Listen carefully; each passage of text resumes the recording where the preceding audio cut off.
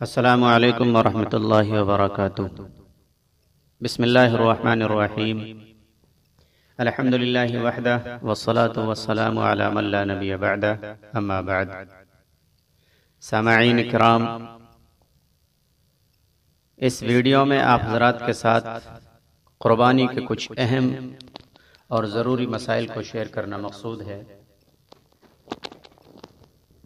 لیجئے، حاضر خدمت ہیں، سماعت کیجئے اور اپنی قربانی کو صحیح اور درست طریقے سے ان مسائل کی روشنی میں انجام دینے کی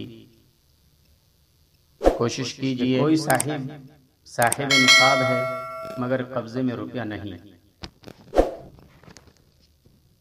کسی شخص نے اپنی رقم کسی کاروبار میں لگا رکھی ہے اور فی الحال رقم نہیں مل سکتی۔ مثلاً رقم کسی تجارتی کمپنی میں لگا رکھی ہے اور وہاں پر اپنا کوئی اختیار نہیں کہ وہاں سے پیسہ نکال لیا جائے، تو اگر ضرورت سے زائد کوئی چیز گھر میں موجود ہے جس کو فروخت کر کے قربانی کر سکتا ہے تو قربانی واجب ہوگی، ورنہ نہیں۔ مسئلہ نمبر 2، حج پر جانے والا شخص صاحب نصاب ہے اور مکہ مکرمہ پہنچنے سے واپسی تک 15 دن یا اس سے زائد ٹھہرنے کی نیت ہے تو وہ وہاں پر مقیم ہو گیا۔ اس پر حج کی قربانی کے علاوہ عید الاضحیٰ کی قربانی بھی لازم ہے۔ اور اگر 15 دن ٹھہرنے کی نیت نہیں کی بلکہ مکہ مکرمہ میں رہنے کے دوران جدہ یا مدینہ منورہ جانے کا ارادہ ہو تو وہ مسافر رہے گا اور اس کے صاحب نصاب ہونے کے باوجود عید الاضحیٰ کی قربانی لازم نہیں، کیونکہ اب مینا و مزدلفہ مکہ مکرمہ میں داخل ہو چکے ہیں۔ مسئلہ نمبر 3، اگر غریب آدمی نے قربانی کی نیت سے قربانی کے دنوں میں کوئی جانور خریدا ہے تو اسی جانور کی قربانی کرنا لازم ہوگا، خواہ وہ عیب دار ہی ہو۔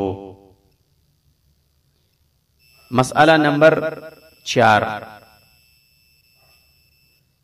جس شخص پر قربانی واجب ہے اگر وہ شخص ایام قربانی میں یعنی قربانی کے دنوں میں قربانی کرنے سے پہلے انتقال کر جائے تو اس کے اوپر سے قربانی کا فریضہ بھی معاف ہو جاتا ہے۔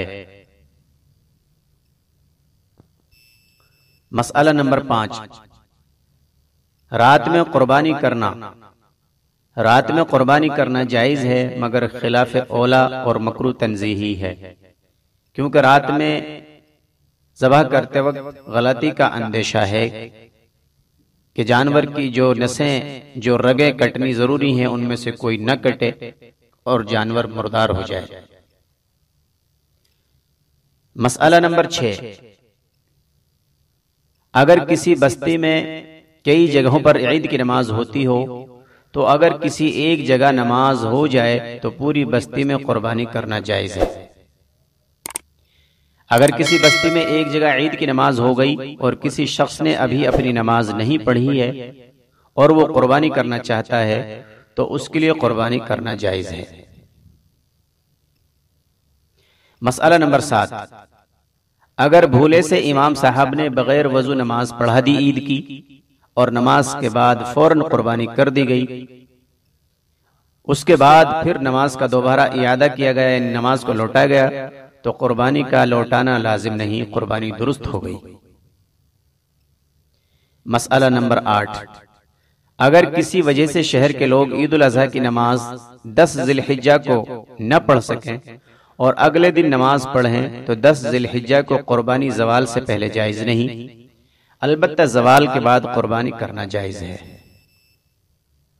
مسئلہ نمبر 9، اگر کسی شہر میں آپسی انتشار یا کرفیو وغیرہ کی وجہ سے عید الاضحیٰ کی نماز پڑھنا ممکن نہ ہو تو بہتر یہی ہے کہ 10 ذی الحجہ کو زوال کے وقت تک انتظار کیا جائے، اس کے بعد قربانی کی جائے۔ لیکن اگر کوئی شخص زوال سے پہلے ہی قربانی کر ڈالے تو اس کی قربانی بھی درست ہو جائے گی۔ مسئلہ نمبر 10، قربانی کے جانور کو دیہات بھیجنا۔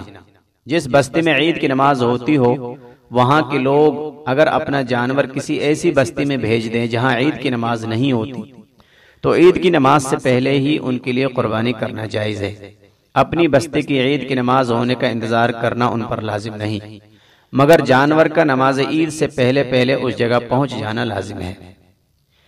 جس بستی میں عید کی نماز نہیں ہوتی، اگر وہاں سے کوئی شخص عید کی نماز کے لیے دوسری بستی میں آتا ہے تو اس کے لیے صبح صادق سے پہلے ہی قربانی کرنا جائز ہے، عید کی نماز تک تاخیر لازم نہیں۔ مسئلہ نمبر 11، جس شخص پر قربانی واجب ہے اس نے ایام قربانی میں کسی وجہ سے اپنی قربانی نہیں کی تو اس کے لیے اگلے سال تک قضا کا انتظار کرنا جائز نہیں، اور بڑے جانور کے 7 حصے کی قیمت کا صدقہ بھی کافی نہیں، بلکہ اوسط درجے کی بکرے ہی کی قیمت کا صدقہ کرنا لازم ہے۔ یعنی کسی نے بڑے جانور میں حصہ لیا تھا تو 7واں جو اس کا حصہ ہے اس کی قیمت کا صدقہ کافی نہیں ہوگا، بلکہ درمیانے درجے کے بکرا کی قیمت جو ہوتی ہے اتنی قیمت کا صدقہ کرنا لازم ہوگا۔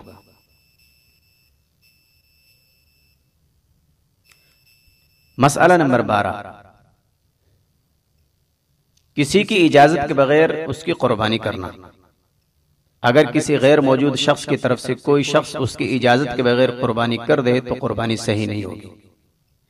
اگر کسی بڑے جانور میں غیر موجود شخص کی اجازت کے بغیر اس کا حصہ لیا ہے تو کسی شخص کی بھی قربانی درست نہیں ہوگی، یعنی جو لوگ دوسرے اس میں شریک ہیں ان میں سے کسی کی بھی صحیح نہیں ہوگی، بلکہ ہر شخص کو جتنے شرکاء ہیں ان کو بتانا اور ان کو علم ہونا ضروری ہے۔ اگر کسی شخص کی طرف سے ہر سال دوسرا شخص قربانی کرتا ہے اور قربانی کرنے کا معمول ہے، اور جس کی طرف سے قربانی ہوتی ہے اس کو بھی پہلے سے معلوم ہے کہ میری طرف سے فلاں شخص قربانی کر دے گا، تو ایسی صورت میں بغیر اجازت بھی حضرت امام ابو یوسف رحمۃ اللہ علیہ کے نزدیک قربانی کرنا جائز اور درست ہے۔ مسئلہ نمبر 13، اگر کسی شخص نے کوئی جانور قربانی کی نیت سے خریدا پھر قیمت زیادہ لگا کر نفع کے ساتھ دوسروں کو شریک کر لیا تو یہ درست نہیں۔ مسئلہ نمبر 14، قربانی کے جانور کی تول کر خریداری کرنا۔ جس طرح زندہ مچھلی کی تول کر خرید و فروخت جائز ہے، اسی طرح قربانی کے لیے بھی زندہ جانوروں کی تول کر خرید و فروخت کرنا جائز ہے، جبکہ روپے پیسے کے بدلے میں خریدا گیا ہو۔ مسئلہ نمبر 15، قربانی کے جانور کو بدلنا۔ اگر مالدار شخص نے قربانی کی نیت سے جانور خرید لیا ہے تو اس پر اسی جانور کی قربانی کرنا لازم نہیں، بلکہ اس کو فروخت کرنا یا اپنے استعمال میں لا کر اس کی جگہ دوسرے جانور کی قربانی کرنا بھی جائز ہے۔ لیکن اگر دوسرا جانور پہلے جانور سے قیمت میں کم ہو تو زائد جو رقم ہے اس کا صدقہ کرنا لازم ہے۔ لیکن اگر غریب آدمی نے قربانی کی نیت سے جانور خرید لیا ہے اور زبان سے بھی کہہ دیا ہے تو پھر اس شخص کے اسی جانور کی قربانی کرنا ضروری ہے، چونکہ یہ اس کے لیے نظر کے درجے میں ہے، اس کو اس کا بدلنا جائز نہیں۔ مسئلہ نمبر 16، سستی قیمت کی وجہ سے دوسری جگہ قربانی کرنا۔ اگر کوئی شخص قربانی کے لیے ایسی جگہ پیسہ بھیج دے جہاں جانور سستا ہو تو اس طرح قربانی کرنا بلا کراہیت جائز ہے، لیکن یہ بات یاد رہے کہ مالی عبادات میں جتنی زیادہ رقم خرچ کی جاتی ہے اتنا ہی ثواب زیادہ ملتا ہے، بشرطے کہ اللہ کی رضا مقصود ہو، ناموری و ریاکاری دکھلاوا مقصود نہ ہو۔ مسئلہ نمبر 17، اگر قربانی کا جانور گم ہو جائے۔ اگر کسی مالدار نے قربانی کے لیے جانور خرید لیا ہے، اتفاق سے قربانی سے پہلے وہ جانور گم ہو جائے تو دوسرے جانور کی قربانی کرنا اس پر لازم ہے، اور اگر اس نے دوسرا جانور خرید لیا پھر پہلے ابھی مل گیا تو اس پر صرف ایک جانور کی قربانی کرنا لازم ہے، دونوں کی نہیں۔ لیکن اگر غریب آدمی نے قربانی کی نیت سے جانور خریدا ہے پھر وہ جانور گم ہو گیا تو اس پر دوسرا کرنا لازم نہیں، لیکن اگر اس نے دوسرا خرید لیا اور پھر پہلا بھی مل گیا تو دونوں کی قربانی اس پر لازم ہے۔ ہاں اگر دوسرا جانور خریدتے وقت اس نے یہ نیت کی کہ پہلے جانور کی جگہ خرید رہا ہوں اور پھر پہلا بھی مل جائے تو ایک ہی کی قربانی واجب ہوگی، دونوں کی نہیں۔ مسئلہ نمبر 18، خصی جانور کی قربانی۔ خصی جانور کی قربانی زیادہ افضل اور بہتر ہے، کیونکہ نبی کریم صلی اللہ علیہ وسلم نے خصی جانور کی قربانی فرمائی ہے۔ بعض لوگ خصی جانور کی قربانی کو معیوب سمجھتے ہیں، تو یہ غلط ہے، ان کی بات صحیح نہیں۔ مسئلہ نمبر 19، خنثی یعنی ہجڑے جانور کی قربانی۔ جو جانور نہ نر ہو نہ مادہ، ایسے جانور کی قربانی کرنا جائز نہیں۔ مسئلہ نمبر 20، امریکن گائے کی قربانی۔ امریکن گائے کی قربانی کرنا بلا کراہت جائز ہے، کیونکہ جانوروں میں نسب ماں سے چلتا ہے، انسانوں کی طرح باپ سے نہیں چلتا۔ مسئلہ نمبر 21، گابھن جانور کا حکم۔ اگر جانور گابھن ہے اور اس کا حمل ظاہر ہو چکا ہے تو اس گابھن جانور کی قربانی کرنا مکروہ ہے، لیکن اگر قربانی کر دی جائے تو قربانی ہو جائے گی۔ مسئلہ نمبر 22، گابھن جانور کے بچے کا حکم۔ اگر صاحب نصاب کی قربانی کے جانور سے قربانی کرنے سے پہلے بچہ پیدا ہو گیا تو مالک اس کو اپنے استعمال میں لا سکتا ہے،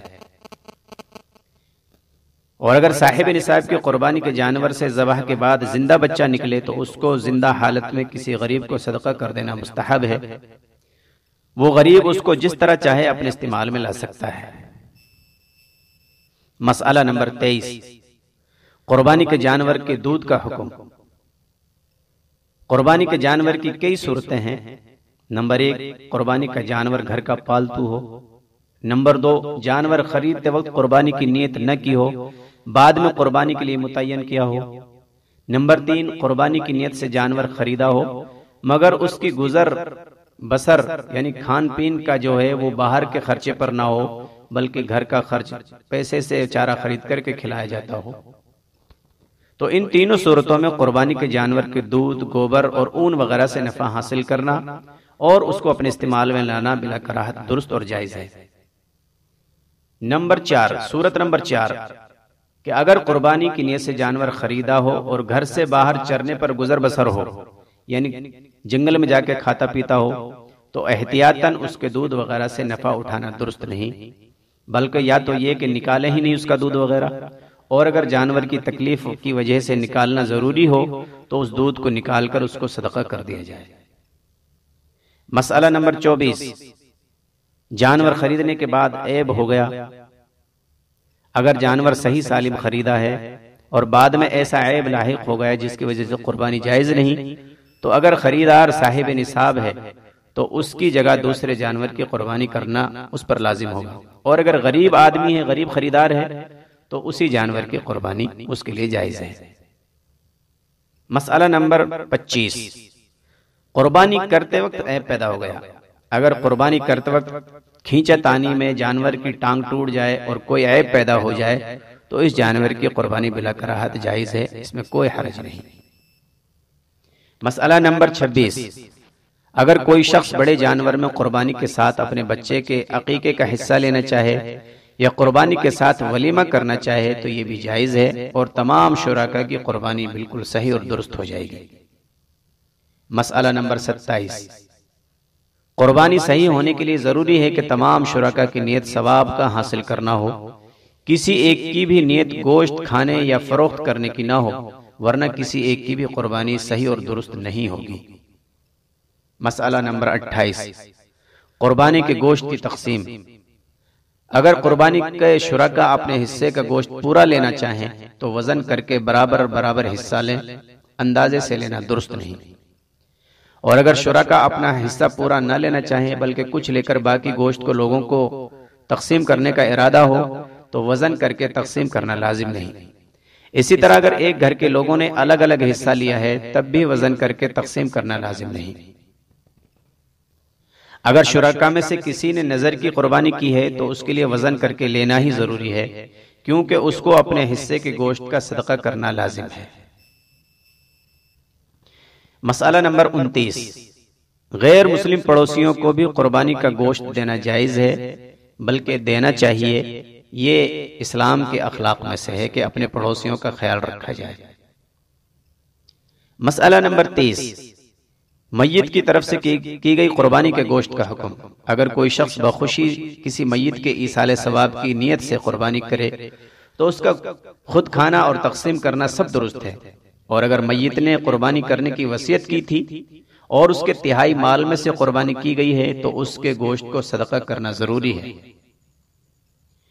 مسئلہ نمبر 31، اپنی قربانی چھوڑ کر دوسرے کی طرف سے قربانی کرنا۔ یہ بڑا اہم مسئلہ ہے، اس کو دھیان سے سنیں، عام طور سے لوگ اس میں ملوث ہیں۔ اگر کسی شخص پر قربانی واجب ہے اور وہ اپنی طرف سے نہیں کرتا بلکہ حضور اکرم صلی اللہ علیہ وسلم یا اپنے مرحومین میں سے کسی کی طرف سے کرتا ہے تو یہ درست نہیں، بلکہ اپنی طرف سے قربانی کرنا پہلے واجب ہے۔ ہاں البتہ گنجائش ہو تو اپنی قربانی کرنے کے بعد اپنے میت کی طرف سے یا حضور علیہ الصلوۃ والسلام کی طرف سے کرنا چاہے تو یہ درست ہے۔ اگر شرکا میں سے یعنی بڑے جانور میں جو لوگ شریک ہیں ان میں سے کوئی مر جائے تو اس کے وارثوں کی اجازت سے دیگر شرکا کے ساتھ اس کی قربانی درست ہے اور ورثاء کی اجازت کے بغیر درست نہیں۔ مسئلہ نمبر 32، اگر چند شرکا مل کر بڑے جانور کا ایک حصہ حضور اکرم صلی اللہ علیہ وسلم کی طرف سے کریں تو یہ جائز ہے۔